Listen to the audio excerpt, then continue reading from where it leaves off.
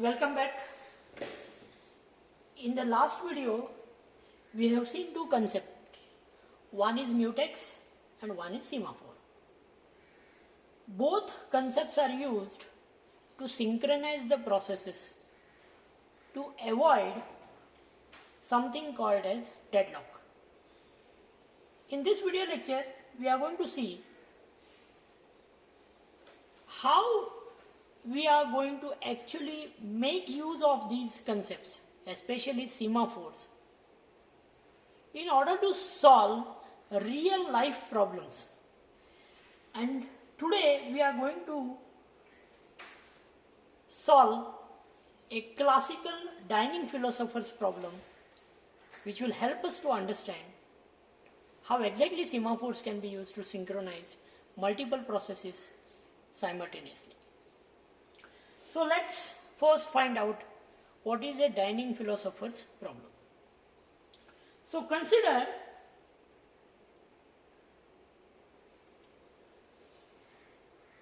a situation where there are 5 philosophers. There are how many philosophers? There are 5 philosophers sitting across a dining table. Okay. 1, 2, 3, 4, 5. There are 5 philosophers sitting across a dining table. And these philosophers are supposed to eat, okay, since they are hungry. But you can see the arrangement on the dining table. In between, okay, you can see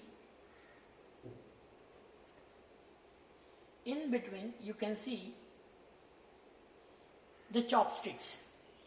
So they are sitting on a dining table. They are supposed to eat noodles, and to eat noodles you need 2 chopsticks.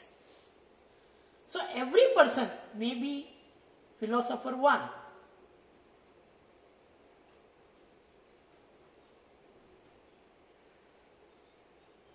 If philosopher 1 wants to eat, he should have fork on the left hand side as well as on the right hand side.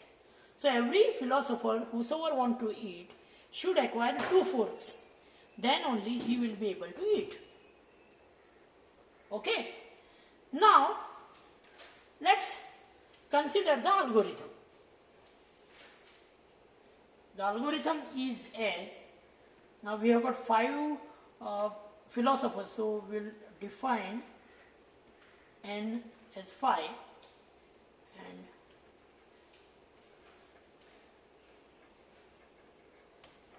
void philosopher integer of I, and while true, what we will do is, okay,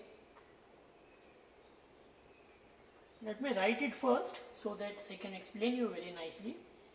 Probable all the philosophers will be in thinking mode, and since they are in thinking mode, nobody is eating. But once they are not thinking, they want to eat, means they should acquire the right fork and they should acquire the left fork. Then only the philosopher will be able to eat, and once done, one need to put back the fork which was acquired. Okay. So the ith fork, and once done, so this is what the outer loop, inner loop is, and this is what the outer loop is. So philosopher can be either in thinking mode or it can be in eating mode. When philosopher is thinking, he is not supposed to eat, and philosopher is eating means he is not supposed to think. So what we are doing is we are considering 5 philosophers, and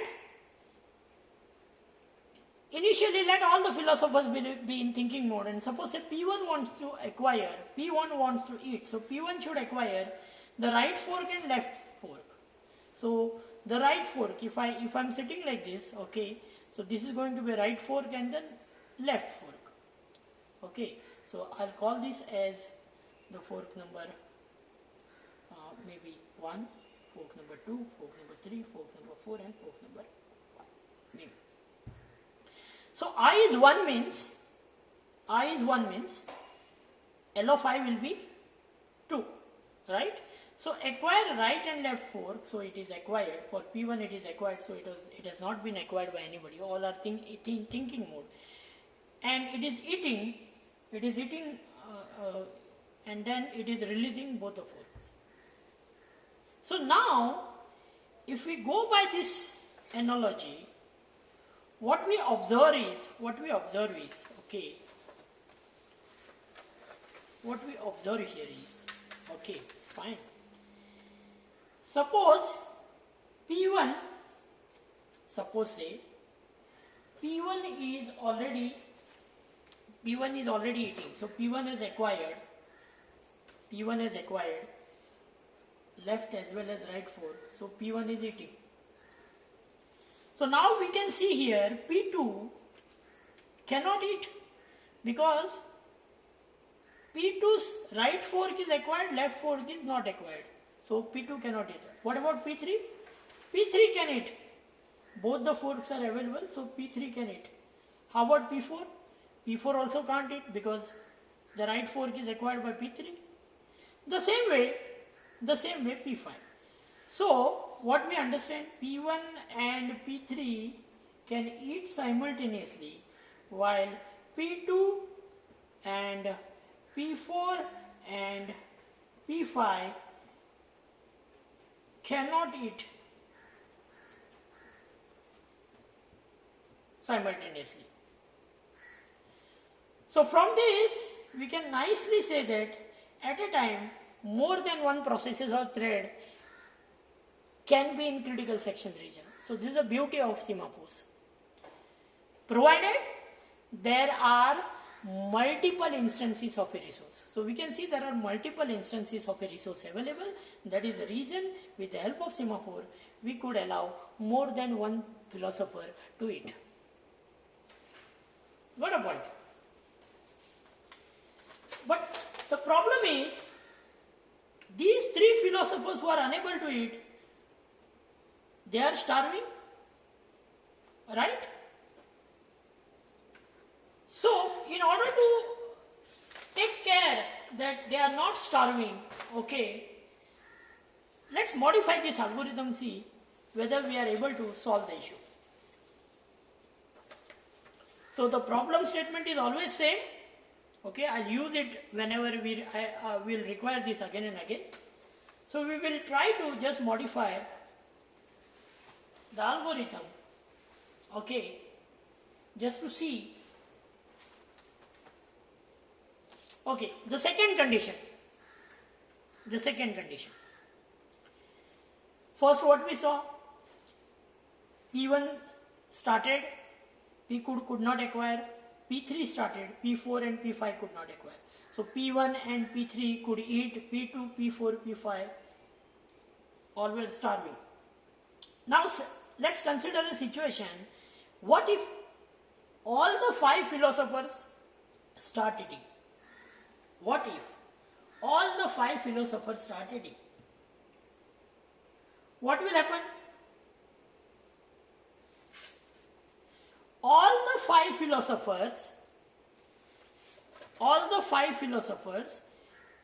will first execute the first statement where they are picking up a right stick. All the 5 philosophers are picking up a right chopstick. So P1 will acquire the right one, P2 will acquire the right one, P3 will acquire the right one, P4.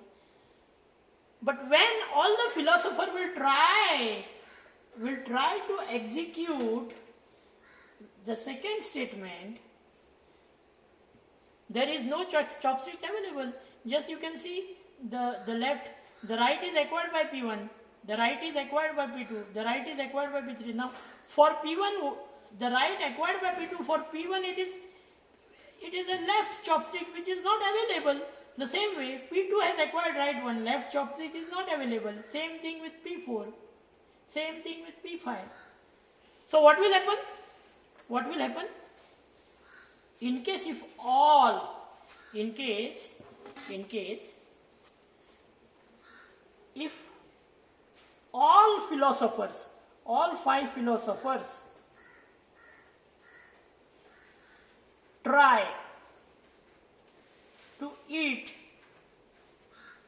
all will starve. So the second case where we saw, in first case what we saw? P1 started first, then P2, then P3. Then we saw P1 and P3 could eat and P2, P4, P5 starve. But now we have changed the situation. We are allowing all 5 to eat simultaneously. And the result is all 5 will starve. So what can we do in this situation? So this algorithm really needs to be modified. So it was suggested like there is a slight modification that was suggested goes like this. So again I'll write everything same. I have got 5 philosophers and word philosopher. Okay, I'll start, and now while true, I'll try first that everybody is thinking, and then start with take fork mechanism, the right one. What I will do here is I'll check the availability part. So I'll say if, now I'll check, I'll not directly acquire. If available, what available? The left. If it is really available. Okay. What I'll do? Then only I'll go for take fork L/R if it is available. Then only I'll be able to eat, and then only I will be able to put both the fork, that is the right one which was acquired and the left one which was acquired. Okay. So this is the loop. And if I don't do it, if the left fork is not available, so else part, what I am supposed to do? If it is not available means what? I have to put my fork, which fork I am talking about? The right fork. I have to put my fork which was acquired so that the other person can at least use it. And then what I'll do, I'll force the process to undergo a sleep for a certain amount of time so that the problem does not happen. Similarly, thinking like someone who has already acquired will release it after some time so that I can acquire it. So I'll have some time, the thread which made an attempt to acquire, to go sleep. So now this is the loop, the else part which started from this. Okay, this is if, this is else part, and this is my one more. This is for the while. This is for the while this is for the main. Okay, so this is how finally we feel that we have solved a problem. But is it really a solution to a problem? Just focus on the solution, and if I say if all the processes start eating simultaneously, if all the processes start eating simultaneously, so all processes start eating simultaneously, then what we can see is all the processes will reach this stage. All the processes will reach this stage. Okay, will pick up the right fork, and what will happen? The left fork is not available only. All the people. So in the initial stage, they will again get stuck up over here. Got a point? Because available of Li will go in fail. Fine.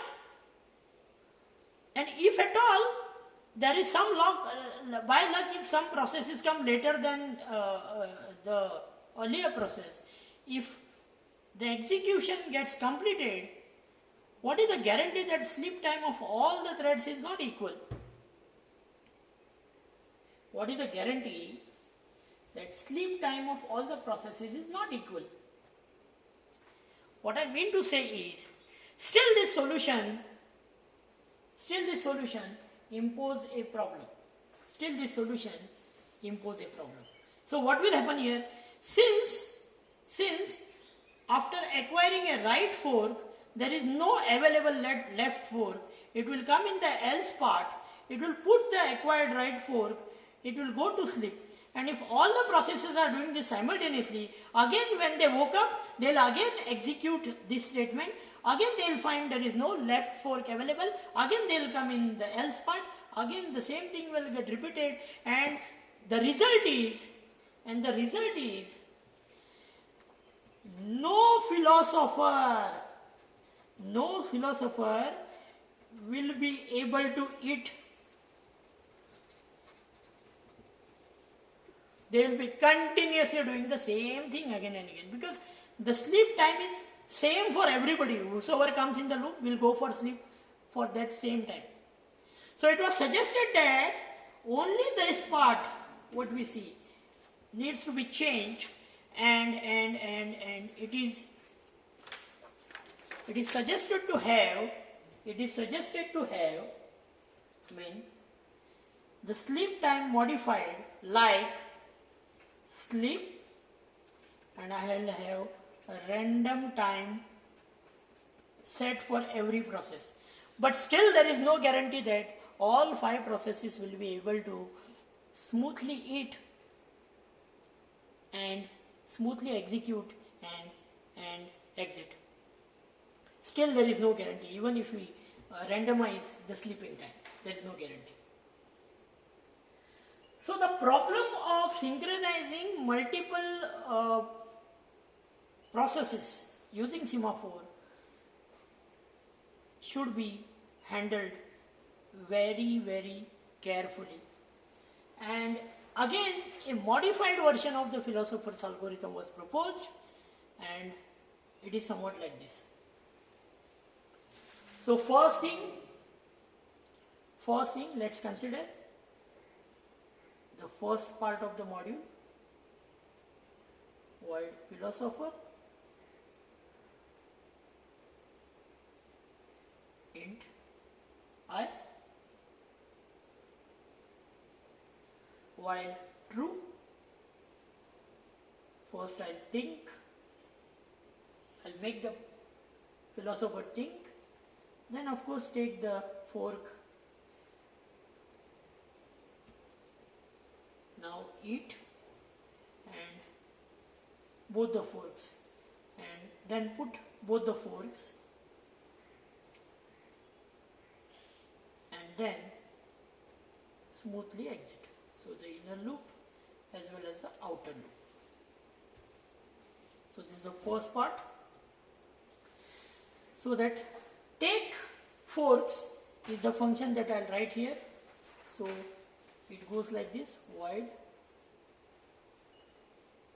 take forks, and it is going to be using an integer I, and while acquiring I'll use the locking mechanism mutex, so that I will have a state of the philosopher which is chosen for eating to be converted into hungry. I will test the philosopher's condition, whether he is capable of taking the second fork and eating. Until then, I will not release what I have acquired, and once I am done, I will release the mutex, and then probably considering that I am done with the usage, I will make the S of I part down. So I will explain what variables that are using, once I draw the entire algorithm properly. There comes, this is take fork. Similarly, there is one put fork. So void put fork, the way I acquire the fork, I'll have to release the fork, that is I have to again lock the resource till I complete this task, and since I am done, the state of I will be converted into again thinking, and again I will test the left part, again I will test the right part, so whosoever wants can avail, and again I will log the mutex, so that the chance can be given to the other person. The third module, and finally the test condition, which we have not seen, the test condition part. So here we are using, we are using test function, so we need to write a code for test which will check whether the philosopher who has already acquired a fork, who is already trying to acquire a fork, is eligible to it. So the condition will be, this is a very important part of the algorithm. So void test, and we are going to test for a philosopher which is the ith philosopher, and what condition we are going to check, let me write it precisely. So if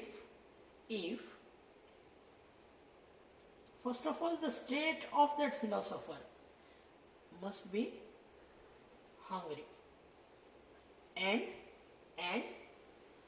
the state of the left part, so left person should not be, so the left person should not be eating, and also the state of the right part also should not be eating. So whosoever is trying to acquire the chopsticks on the left side and right side, both the philosophers must not be eating. Then only if the condition is satisfied, then only I will change the state of I to be eating, and then only I will make the stick up, that is I am holding the stick. So I am done. So this is how,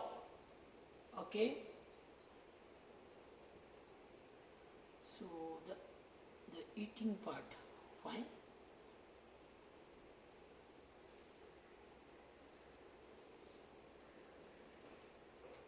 This is the innermost loop, this is the other part that I am using, and this is the final part that I am considering.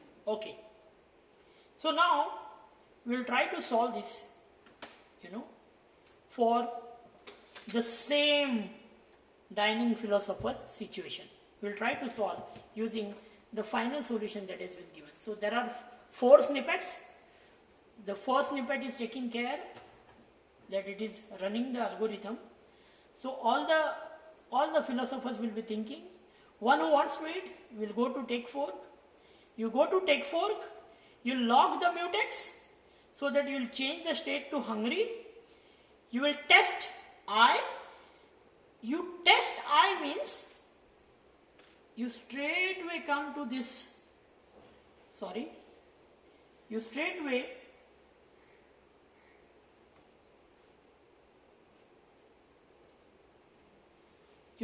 come to test condition, and what you will test is whether the state of I is hungry. Yes, I have already made it hungry. Whether the left person is eating. So let me just write something here so that we can keep track of what we are doing. So let's consider 5 philosophers, P1, P2, P3, P4 and of course P5. There are 5 philosophers, and let the state of 5 philosophers must be thinking. So what we do, initially all the state of all the 5 philosophers is thinking, and let the semaphore of 5 initially set to 0. Let this be a situation. Now let's consider P3 wants to eat. P3 wants to eat. So P3 will execute take fork P3. So P3 will go to take fork. P3 will lock the resource mutex, check, convert its status to hungry, and will come to test part. Will come to test. So hungry, yes, I already made hungry. Left and right already not eating. So what it will do, it will convert the state into eating. So this state will get converted into eating state. S of I will be made 1. So this will be made 1. So I go back. Once I go back, I unlock the mutex and I make the status of semaphore 0 again. Fine. I make the status of semaphore 0 again. So now I will start eating. So I am eating. I'll start eating. So I am done with this take fork. So what I did with take fork, I went to take fork condition. I have made my status hungry. I came to test. I have checked condition whether it is hungry. Yes, it is hungry. Left and right both are not eating. Yes. So I have changed my status to eating. First I made the semaphore is equal to 1 with up S of I. I came back to the next line. I have unlocked the mutex. Now I change the status of S of I to down. Okay. So again I make it 0. And now I came to this test fork from here. So I go to the next line and now I start eating. So my status is eating. So I am done. I am done. So now I want to put the forks. I want to put the fork. So I will go to put fork. The way I went to the take fork function, I will go to the put fork. Now in this situation, suppose say P4 also came in and P4 also started inquiring. So P4 will come. P4 will try to take the fork. P4 will make the status to hungry. So P4 status will be hungry. P4 will come and check. Status is hungry, right? But the right part of the left part is okay. The right part of P4 is already acquired by P3. Okay. So it will not go in the else part. So it will not change its status into eating. So it will come back and it will be blocked indefinitely here. It will be blocked indefinitely. So it is checking.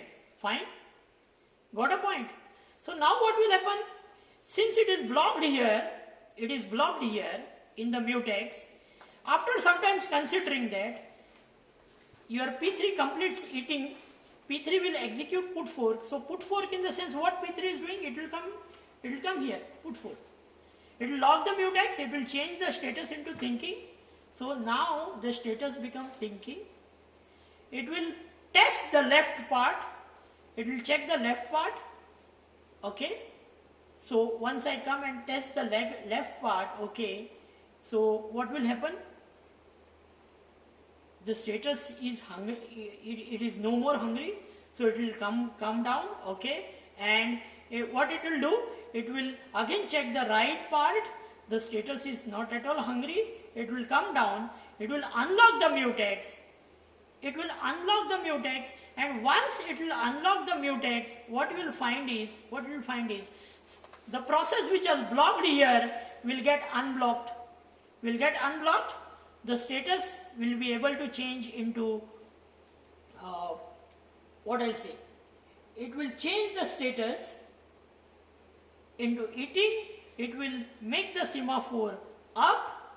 So this is already 0. So it will change the status to eating. The semaphore will get changed to 1, and then it goes back. It makes the chopsticks down, and hence P4 will start eating. So as we can see very clearly, कि if there is some process already eating, and if there is some left or right fork is already, not available, in that case, the status will remain hungry. It will never change into eating, and that thread or process will never be able to, lift the chopsticks from 0 semaphore to 1 semaphore. Since it will not be able to lift the chopstick, it will be permanently blocked in this loop. Since it will be blocked in this loop, there is no possibility of more than one process clashing up. So this is how we can see that using this solution, you can help multiple processes to share the resources comfortably. So that is all about the dining philosopher's problem. Okay, in order to synchronize n number of processes, we will see few more solutions regarding the same dining philosopher's problem in the next video.